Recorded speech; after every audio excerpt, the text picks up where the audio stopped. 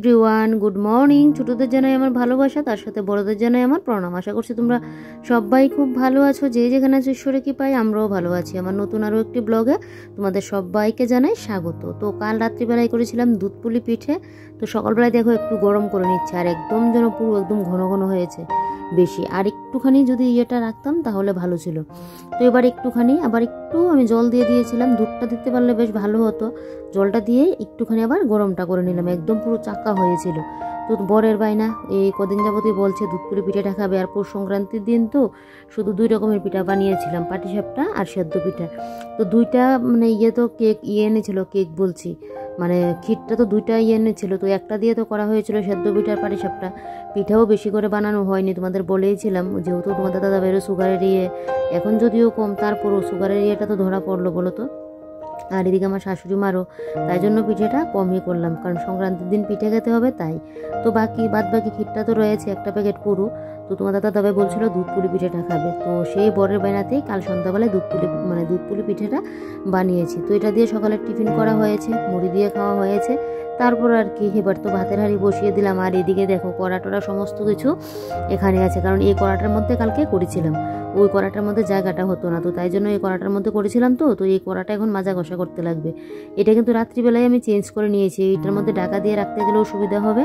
আর ওই যে কাচের যে কড়াটা মানে ননস্টিকের, ওটার মধ্যে তো ঢাকাটা দেওয়াই থাকে, মানে একদম খুব সুবিধা হয় রাখতে গেলে কোনো কিছু। তো ওই কড়াগুলো আর মাজা হয়নি, তো এই কড়াগুলো এখন মেজে ঘষে নেব। তো তার আগে এদিকে দেখো ভাতটা বসিয়ে, এদিকে আমি এখন কালকে আবার তোমাদের দাদা এনেছিল পেঁয়াজকুলি, তো পেঁয়াজকুলিটা কাটবো। তার আগে মনে হলো যে চাল ধোয়া জলটা রাখলাম, জলটা এখন একটু গাছের মধ্যে দিয়ে দিই। তো এদিকে দেখো আমার মানি প্ল্যান্ট গাছটার মধ্যে দিয়ে দিচ্ছি। আর সবটা জল তো আর লাগবে না, চাল ধোয়া জলটা, বাদ বাকি জলটা আবার অন্য মানে গাছগুলোর মধ্যে দিয়ে দেবো। সব গাছে একটু একটু গ্রো হচ্ছে, কিন্তু আমার লঙ্কা গাছগুলোকে আর গ্রো করাতেই পারছি না।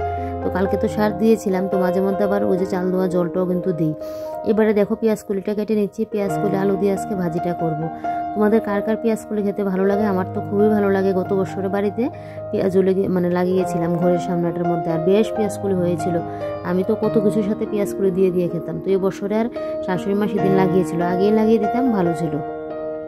তো যাই হোক, এখানে দেখো এই কটা নাকি 20 টাকা নিয়েছে, তাহলে বুঝো কি পরিমাণের দাম।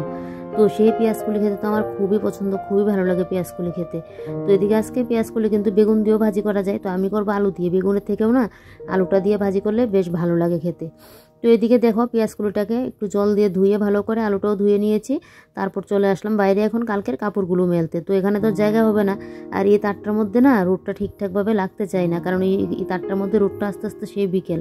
তো তাই জন্য আবার আমার শাশুড়ির কাপড়টা ওই তারটার মধ্যে দিয়ে দিলাম। দিয়ে এদিকে দেখো এবারে আমার কাপড় চোপড়গুলো দিয়ে দিচ্ছি। তোমাদের দাদাভাইয়ের প্যান্টটা তো কালকে ধুয়েছিলাম, তো কালকে আর এটা শুকায়নি, তো তার জন্য এখন আবার দিয়ে দিলাম। একটুখানি মানে 10-15 মিনিটের মতো রোদ লাগলেই শুকিয়ে যাবে। শুকিয়ে গেছে মনে হচ্ছে, আর একটু গরম গরম হবে, সেজন্য রোদের একটা মানে করে দেখবে কাপড় চোপড় রোদ দিয়ে করে রাখলে না একটা গরম গরম থাকে। আর না হলে এমনিতে মানে রোদটা ঠিকঠাকভাবে না লাগলে যেন কাপড়গুলো নেতিয়ে থাকে, সেই তুলা কাপড়গুলো নেতিয়ে থাকলে ভালোও লাগে না। তারপর আর কি এদিকে দেখো ফ্রিজটা এখন খুলে নিচ্ছি, যে তারপর আর কি মানে রান্না বান্না হবে। একটা তো মানে করবো, আর একটা ভাবছি কি রান্না করব। তো তারপর আমি ফ্রিজ থেকে কিন্তু কি নিলাম বলো তো, ফ্রিজ থেকে মটরশুঁটি আর টমেটো মানে বের করলাম। তো এদিকে মটরশুঁটিগুলো ছাড়াতে লাগবে। তো ভাবছি যে না, এটা এখন পরিষ্কার করে নেব, মানে ছাড়িয়ে নেব। মটরশুঁটিটা ছাড়ানো থাকলে না দেখবে সময়ে রান্নাবান্না করা যায় জটপট করে, না হলে ছাড়িয়ে নিয়ে রান্না করতে বেশ সময়টা লাগে। আর এদিকে বাঁধাকপির উপরে পাতাটা ফেলে দিয়েছি, মানে উপরে পাতাটা না নষ্ট হয়ে গেছে তাই। আর এদিকে দেখো এই ছোটো কড়াটার মধ্যে আলুটা ভাজি বসিয়ে দিলাম। এদিকে আবার লেট হচ্ছে, তো ভাবলাম কি যে না আরেকটা কড়ার মধ্যে ইয়েটা বসিয়ে দিই, এই পেঁয়াজকুলিগুলো। তোমাদের দাদা এদিকে চলে গেল স্নানে, সেই তো আমার তাড়াহুড়ো লেগে গেল। আর এদিকে দেখো কৌটোটার মধ্যে দেখছি আবার হলুদটা ফুরিয়ে গেল। এবার আবার আমি কিন্তু হলুদটাও নিয়ে নিচ্ছি।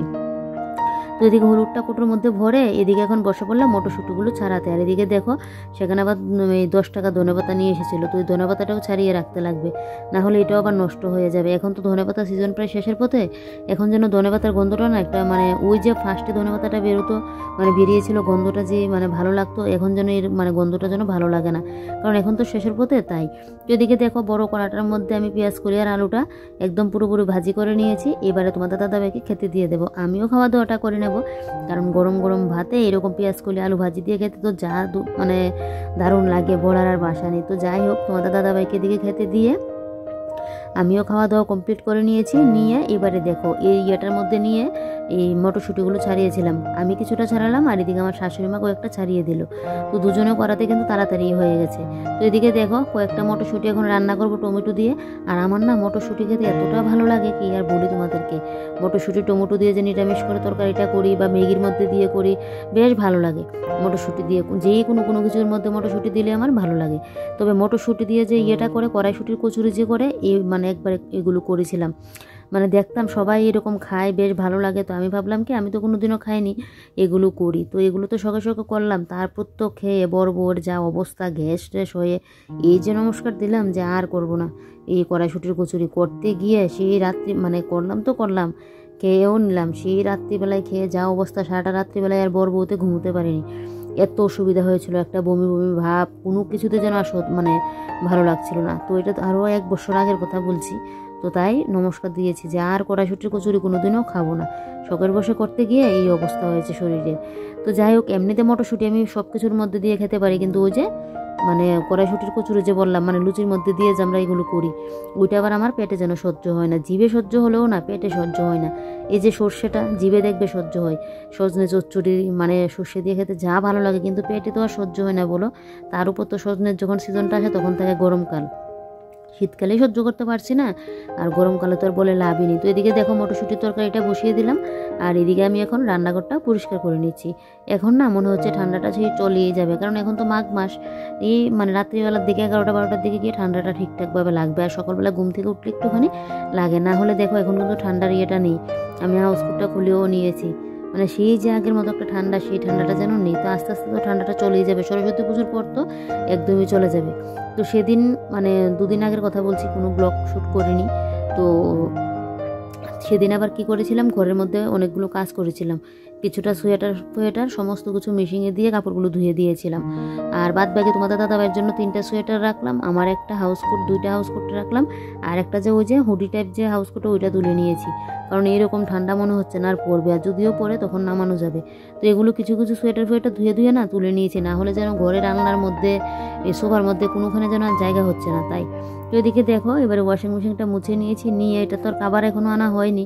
তো এদিকে তাই কাপড়টা দিয়ে একটু ঢাকা দিয়ে দিলাম, না হলে ধুলোবালি পড়বে। তো তাই জন্য এটা তো আমার প্রত্যেক দিন আর আমার মানে ইউজ করছি না, তাই জন্য ঢেকেই রাখলাম। তারপর এই যে ফ্রিজের উপরটা ভালো করে একদম মুছে নিচ্ছি, মুছে নিয়ে ফ্রিজের উপরে যে কাভারটা থাকে কাভারটা লাগিয়ে নেব। আগে তো ফুল কাভার ছিল, তারপর তো এই দুটো যন্ত্রণায় ফুল কাভার আর লাগাতে পারি না, কারণ ইঁদুর তো ছিঁড়ে ফেলে দিই। তাই উপরে যে একটা কাভারটা দিয়ে রাখতাম, এটাকেও মানে দুদিক দিয়ে একদম ইয়ে করে নিয়েছিল। এই অবস্থা, ইঁদুরের যন্ত্রণা কোনো কিছু রাখাই যায় না। তো উপরে দেখো ওই যে স্পাইডার প্ল্যান্ট একটা রেখে দিয়েছে, ওইটা আমার ঘরে ঠিকঠাক হতেই যায় না। গাছটা ফার্স্টে কতটা সুন্দর ছিল, এখন দেখো কি অবস্থা হয়ে গেছে। তো এদিকে দেখো এবারে ফ্রিজটাকে ভালো করে মোছামাছি করে নিয়েছি। জানো তো দেখবে সব কিছুরই না যত্ন মানে বাতির প্রয়োজন হয়। এই যে ঘরের জিনিসপত্রগুলো, ফার্নিচারগুলো, এগুলোকে যদি আমি সবসময় একটু মোছামাছি পরিষ্কার পরিপাটি করে না রাখি, জিনিসপত্রগুলো দেখবে নোংরা পড়তে সেই জিনিসটার কিন্তু গ্লেজটাই নষ্ট হয়ে যায়। যেরকম আমাদের শরীর দেখবো, আমরা যখন অসুস্থ হই, অসুস্থ না থাকলেও সুস্থ অবস্থায় আমরা যদি শুধু সারাদিন কাজই করে যাই, খাওয়া দাওয়া ঠিকভাবে না করি, একটু রেস্ট না করি, আমাদের শরীরটাও কিন্তু অসুস্থ হয়ে পড়ে। তো সেরকম জিনিসপত্রগুলো যদি একটু আমি পরিষ্কার পরিপাটি করে না রাখি না, জিনিসের গ্লেজটা তো নষ্ট হবেই। সেই দেখবে নোংরা হলে তখন খাটুনিটা যে কতটা পরিমাণে পড়বে, সেই মাজা ঘষা করতে করতে গিয়ে পরিষ্কারটা হবে। তো যাই হোক, আমি সবসময় এইভাবেই পরিষ্কারটা করে রাখি, কারণ যেহেতু আমার একার সংসার, সেই আমি এটা করলে আরেকজন ওটা করে দেবে এরকম তো না, আমারটা আমাকে করতে লাগবে। তো আমি না একসাথে কাজের যে পাহাড় জমিয়ে কাজগুলো করব, ওইটা আমি করতে পারি না, ওইটা দেখলে আমার ভয় লাগে। তাই আমি প্রত্যেক দিন কিছু করে আমি কিন্তু কাজগুলো করে রাখি, যাতে আমার উপরে কোনো চোটটা না পড়ে। তারপরেও তো মাঝখানে কী পরিমাণে শরীরটা খারাপ করেছিল, একে তো পৌষ সংক্রান্তির কাজ, তারপর আমার শাশুড়ি মা ছিল অসুস্থ, মানে কী যে অবস্থা ছিল, তারপর আমার শরীর ভালো না, তোমাদের দাদাভাইয়ের শরীর ভালো না, সেই যে কী অবস্থার মধ্যে পৌষ মাসটা আমার কাটলো। তো যাই হোক, এখন তো ওষুধ খাচ্ছি, আর আমার না মাঝে মধ্যে এরকমটা হয়ে যায়, মানে কিছু একটু বেশি কাজ করতে পারি না, বেশি একটা পরিশ্রমের কাজ করলে আমার শরীরটা যেন একদম পুরো দুর্বল হয়ে পড়ে, সেই যে কী একটা সমস্যা আমার। তো এখন ওষুধপত্র খাচ্ছি, দেখি কী হয়। আর এখন মাথা যন্ত্রণার উপদ্রবটা আবার বাড়লো বেশি, সেই যে সন্ধ্যা হলেই আমার দেখবে প্রায় সময় মাথা যন্ত্রণাটা শুরু হয়ে যায়। এটার জন্য আবার মনে হচ্ছে ডক্টর দেখাতে লাগবে। আগে তো ডক্টর দেখিয়েছিলাম, চশমাও দিয়েছিল, তো এটা না চশমার একটা আবার ভেঙে গেল, তো যা মানে চশমাটা ইউজও করতে পারছি না। আর এটা অনেক দিন হয়ে গেল, তো চশমাটা যেন এখন ঠিকঠাক কাজও করছে না। এটা যদিও পাওয়ারের না, এমনিতে মাথা যন্ত্রণার জন্য। আর আমারও দোষ আছে, আমি তো সবসময় ইউজই করতাম না, তো এখন আবার ভাবছি ডক্টরটা দেখাবো। আর এদিকে দেখো আমার ভাত খাওয়ার পর একটা ওষুধ খেতে হয়, তো ওষুধটা এখন খেয়ে নিলাম। তারপর এদিকে আমার তরকারিও কিন্তু হয়ে গেছে মোটামুটি, তো তরকারিটা নামিয়ে নেব। তো তার আগে এদিকে দেখো ওই যে মানে কড়ার ঢাকাটা ওইটা আবার এখন মেজে বসে নিচ্ছি। তারপর কড়াটা মেজে বসে নিলেই বেশ। আর এদিকে রান্নার জায়গাটাও একদম পরিষ্কার করে নেব। আর এদিকে দেখো আমি এখন বেসিনটা পরিষ্কার করে নিচ্ছি। বেসিনটা কালকেই পরিষ্কার করলে ভালো ছিল, তো কালকে আর করা হয়নি। তো ভাবলাম কি যে না, এখনই পরিষ্কারটা করিনি। এই বেসিনটা তো আমি সপ্তাহে 2-3 দিন করে পরিষ্কার করে নিই। যখনই দেখি আমার হাতে একটু পিছলে পিছলে ভাব লাগছে, কারণ সার্ফ সাবান এগুলো পড়ছে, তারপর তরকারির তেল মশলা এগুলো পড়ছে, তো সে তো পিছলে পিছলে হবে। তো যখনই এরকমটা দেখি না, তখনই আমি কি করি, ওই সাবানটা দিয়ে একটু মেজে ঘষে পরিষ্কার করে নিই। আমার বেসিন টেসিন নোংরা হয়ে থাকলে ভালো লাগে না। আর স্টিলের বেসিনটা বেশিরভাগ ক্ষেত্রে তোমাদের দাদাভাই পরিষ্কার করে, আমিও করি, মাঝে মধ্যে করি, না হলে বেশিরভাগ তোমাদের দাদাভাই কিন্তু স্টিলের বেসিনটা করে, আর এটা আমি করিনি। তো এদিকে দেখো বেসিন তো আমার পরিষ্কার করা হয়ে গেছে।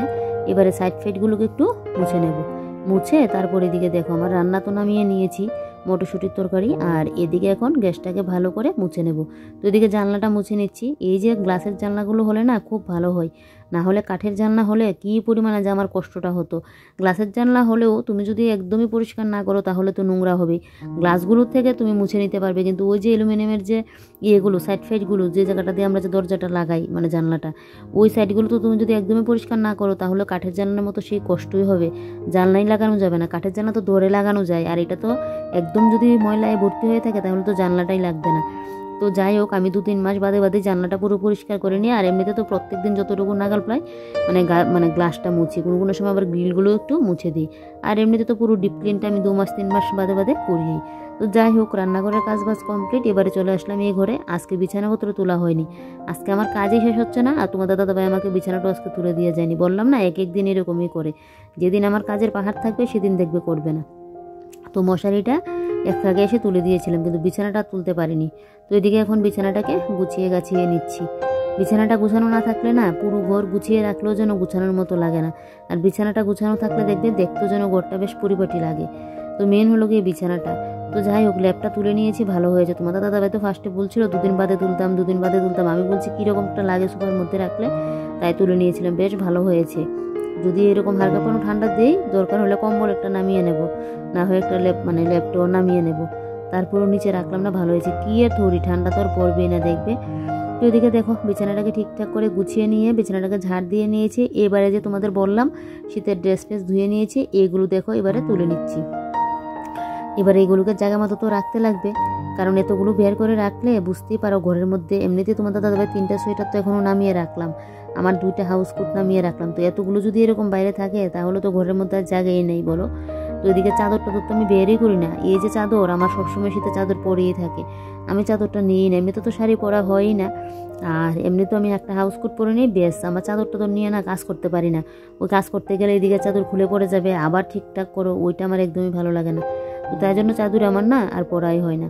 তো এদিকে দেখো সোয়েটারগুলো এখন এখানে রাখছি, পরে আবার মানে জায়গা মতো আবার ঠিকঠাকভাবে রাখতে লাগবে, কারণ এখানে আমি অন্য জিনিসপত্রগুলো রাখি। তো যেহেতু এখন এই জায়গাটা একটু ফাঁকা পেলাম, তাই জন্য সোয়েটারগুলো এখানেই রেখে দিয়েছি, এই যে দেখো। তো এদিকে মানে আমার যে গডরেজের ইয়েটা দেখো, এগুলো তো লম্বা মতো 3টা পাটের গডরেজগুলো কিন্তু এরকম থাকে। তো আমারটা না নিচে বক্স করা, ওই যে আমার জিনিসপত্র রাখার জন্য জায়গা হচ্ছিল না বলে এরকম বক্স করা মানে হয়েছে, যাতে আমার জিনিসপত্রগুলো রাখতে গেলেও সুবিধা হয়। তো যদিও এখন আমি স্টিলের জিনিসটা রাখি না, এখন আগে একটা সময় রাখতাম। এখন তো এটার মধ্যে লেপ কম্বল সমস্ত কিছু এটার মধ্যে রাখা হয়। বেশ অনেকটা জায়গায় বুদ্ধি করে বানানোতে ভালোই হয়েছে একদিকে। ওইদিকে দেখো এবার আমার মানি প্ল্যান্ট গাছটাকে বাইরে থেকে এনে এখানটায় রেখে দিয়েছি। এবারে হলো ঘর ঝাড় দেওয়ার পালা। ঘরটা ঝাড় দিয়ে নিলেই বেশ, তারপর তো করব, স্নান করে এসে আবার পুজো দেবো আছে, পুজো টুজো দেবো। আর কালকে যে দুধ পুলি পিঠাটা বানিয়েছিলাম না, বেশ হয়েছিল খেতে, জানো তো। আমি প্রথমবার বানিয়েছিলাম, আর কোনোদিনও বানাইনি। তো সেদিন তো আমার শাশুড়ি মা দেখিয়েছিল যে কীভাবে সেদ্ধ পিঠার ইয়েটা করতে হয়। সেম তো মানে সেদ্ধ পিঠাটা যেভাবে করে সেমভাবে ভিতরে পুরটা মানে ক্ষীরটা ভরে করলাম। অনেকে আবার ময়দার মধ্যে দিয়ে নারকেলও ভরে বা ক্ষীরও ভরে তারপর আবার তেলের মধ্যে ভেজে কিন্তু ওই দুধটার মধ্যে ক্ষীর করে দিই। বেশ ভালো হয়েছে, প্রথমবার বানিয়েছি, খুব সুস্বাদু হয়েছিল। যদিও আমি রেসিপিটা আমার ফেসবুক পেজে শেয়ার করেছিলাম। ইউটিউবে তো আমার প্রত্যেক দিনের ডেইলি লাইফস্টাইলটা দেখায় ব্লগটা, আর মানে ব্লগের মধ্যে যদি পুরো রেসিপি শেয়ার করতে চাই তাহলে ব্লগ হয়ে যায় অনেকটা লং, এমনিতে ভিডিওতে ভিউজ হচ্ছে না, তাই জন্য আর আমি ইয়েটা করি না, এই মানে ভিডিওটা বড় করতে চাই না। তারপরে তো দেখবে মানে সারাদিনের কাজবাজ দেখাতে গেলে না একটু একটু কিন্তু বড়ই হয়ে যায়। আর যেহেতু আমার মানে ডেইলি রুটিনগুলো তোমরা দেখতে পছন্দ করো, আমার সংসারের কাজবাজগুলো, তাই তোমাদের সাথে এগুলোই শেয়ার করি। তো এদিকে দেখো এবার এই জায়গাটাকে ভালো করে একদম ঝাড় দিয়ে নিচ্ছি। এই যে দেখো আজকে রোদটারও যেন ঠিকঠাক তাপ নেই, রোদটার যে একটা মানে তাপ, ওই তাপটার যেন নেই। তারপর এদিকে দেখো বন্ধুরা আমি কিন্তু ঝাড়টা দিয়ে এদিকে গরম জল করে স্নান করে পুজো টুজো দিয়ে কিছুটা সময় রেস্ট করলাম। এমনিতে তোমাদের দাদাভাই যেই 3টা বাজতে 10 মিনিট বাকি ফোন করলো তোমাদের দাদাভাইয়ের খাবারটা নিয়ে আসার জন্য, ও আসতে পারবে না, দোকানে কাস্টমারও বললো, সেই আমি খাবারও নিয়ে আসলাম, এসে দেখছি আবার কাস্টমারও বললো, সে আমিও দিলাম। তো তোমাদের দাদাভাই এখন আবার একটু সামনে বেরোলো একটা কাজের জন্য, আর আমি এদিকে এখন দোকানে আছি, তোমাদের দাদাভাই আসলে আমি আবার বেরিয়ে পড়বো। তো খাওয়া দাওয়াটা বাড়ি থেকেই করে এসেছি, যেহেতু 3টা বাজতে 10 মিনিট বাকি, ও মানে বলার পরেই না, এখন তো বিয়ের সিজন চলছে তাই জন্য। আর সকালের দিকে দেখি কাল থেকে দিয়ে দিতে পারি কিনা, না হলে তো আমাকে নিয়ে আসতে লাগবে, কোনো সময় আবার কাস্টমারের ইয়ে বেশি হলে আমাকেও আবার আসতে লাগে। যাই হোক চলো আজকের ব্লগটা তাহলে এখানে শেষ করছি, তোমরা সবাই ভালো থেকো।